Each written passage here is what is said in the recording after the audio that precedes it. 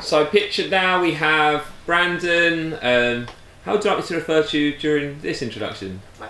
Mohammed, Patrick and Arene. Right, this is our opening sequence.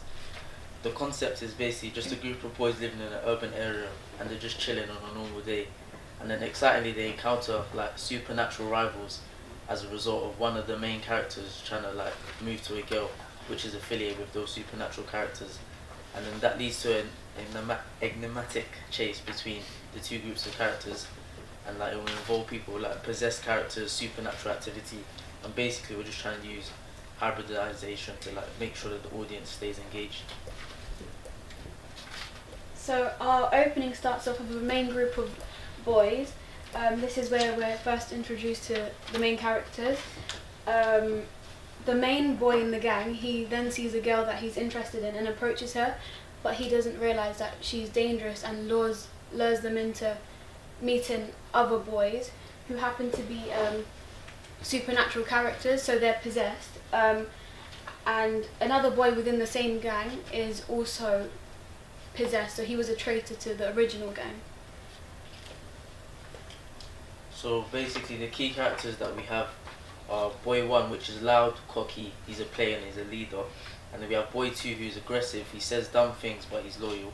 We have boy 3, who's humble, quiet, says wise things, he sees an alternative to this road life. And then boy 4, who is the traitor, who is cocky, very competitive, goes against what people says.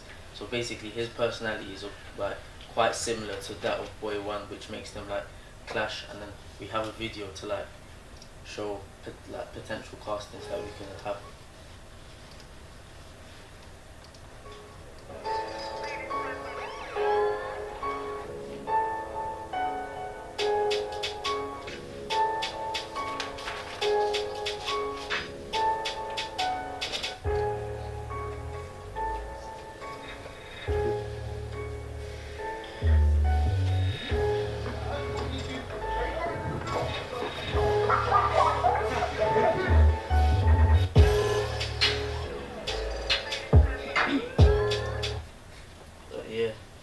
That's it basically.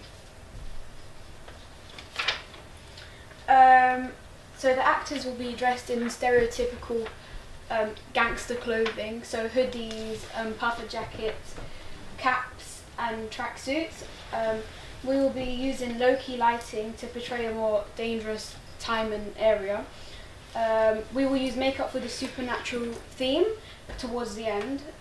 For example, white eye contacts with bruised faces. We will also use props such as baseball bats, bicycles, phones.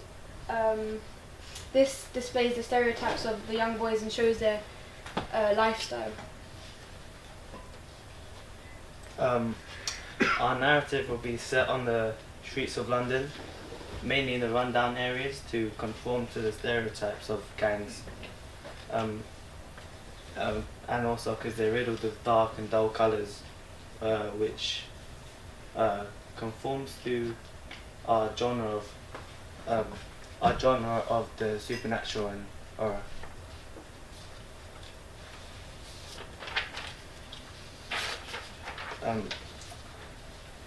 The sounds we will be using in our opening sequence follow the code and conventions of horrors and supernaturals. For example, we'll be using sounds like screaming, screeching, and orchestral music. And in the background, we will have instrumentals, like drill instrumentals that have been made. By using this, we will be able to express the lifestyle these boys are living, and it also subverts to the horror set stereotype. Yeah. Our inspiration for our film is real life scenarios. This was inspired by TV series such as Top Boy, and we also have like a made-up scenario, which was inspired by films such as Shaun of the Dead and The Ring. For example, from Top Boy, we decided to go with the gangster theme and have decided to film in the estate where gangs are stereotypically seen. And from films such as Shaun of the Dead, we had decided to go in the supernatural theme and from the ring we have chosen to also go in the possessed theme. Shaun of the Dead is like a rom-com zombie and uses hybridization effectively to engage the reader, the viewer. We wish to do the same in our opening sequence of our supernatural drama.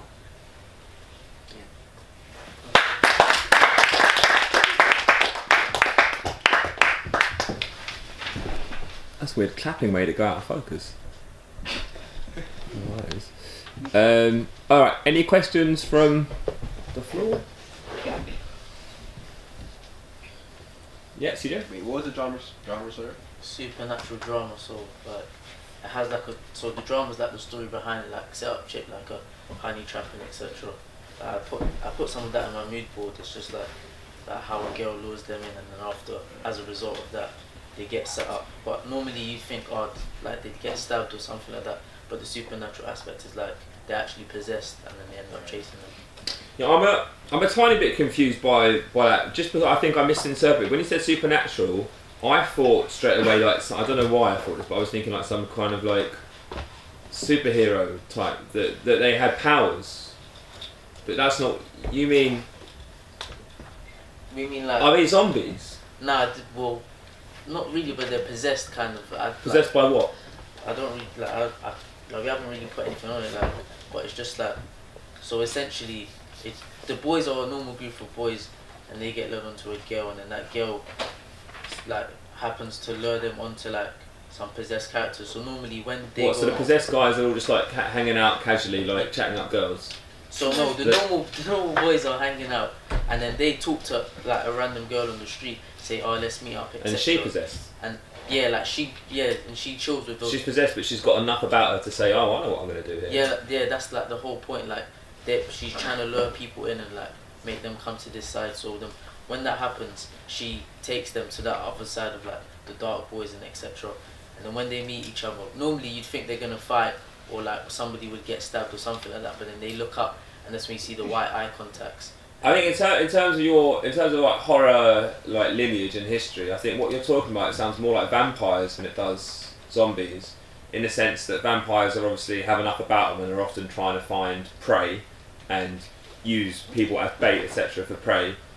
Yeah, whereas like possessed people tend to be like not compos mentis, you know, like running around. Yeah, we weren't really trying to go for like a zombie in particular. We're just trying to just stick to that like more supernatural theme. So like I would say vampires are quite like they're not normal, so they are quite supernatural. So we just went for it that way. And so in terms of supernaturality, if that's a word, you are hoping to emphasise this by, you said, contact lenses. Yeah, and like bruised faces, like made. Why are there bruised faces? Just to show like that they're weird, just like they're weird characters. And we also, one thing I think Brandan came up with it was like a mark on the body to like show that they're not like the same. And then another thing was the fourth boy, who tends to contrast the main character as they're running away from these supernatural characters. He looks up and like you see the mark on his body, and like his one, like he may have like one white eye to show that he's part of that dark side, which will like lead on to like the 90-minute film that we're trying to go for. Yeah, I mean it's quite a lot, there's going to be quite a lot to fit in there in 2 minutes. I'm not saying that you can't get it all in 2 minutes, but there's going to be quite a lot to fit in 2 minutes. So these guys, they have the row with the other gang, and then they realise the other gang is possessed in some sort of way, and then one of them starts to get possessed as well by them. Yeah. Okay. I mean the possession. Maybe think, like I said to last week, maybe think about your 90-minute film, and then try and just work a little bit backwards to make sure that what you are doing sets up that 90-minute film effectively. I think the basis of your idea is really good in terms of having this urban thing with these weird people of some sort. But just maybe think about what's happened to those weird people. Make sure that you are setting it up effectively. But yeah, well done, guys. Yeah.